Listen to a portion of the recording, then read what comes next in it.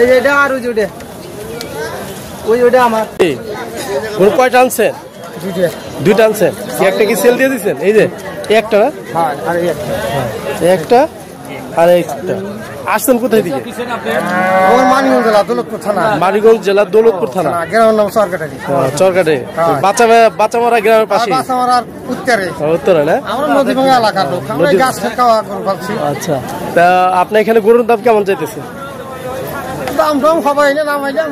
সবাই নামাইছে। আচ্ছা, আপনার কেমন চাহিদা আছে যেটা এত রেট হলে বিক্রি করবেন? এই যে এইটা ছোটটা, ছোট গরুটা 85,000 দাম হয়েছে। 85,000 টাকা দাম হয়েছে। কোথায়? হাটে আনার পর? আপনাদের টার্গেট কত? টার্গেট 1 লাখ। আর এটা মনে করেন 2 লাখ কিংবা 10, 5 কম হলে 2 লাখ টার্গেট আছে, হয়তো 5-10 কম হলে ছাড়বে। আচ্ছা, ঠিক আছে, ভালো থাকে না।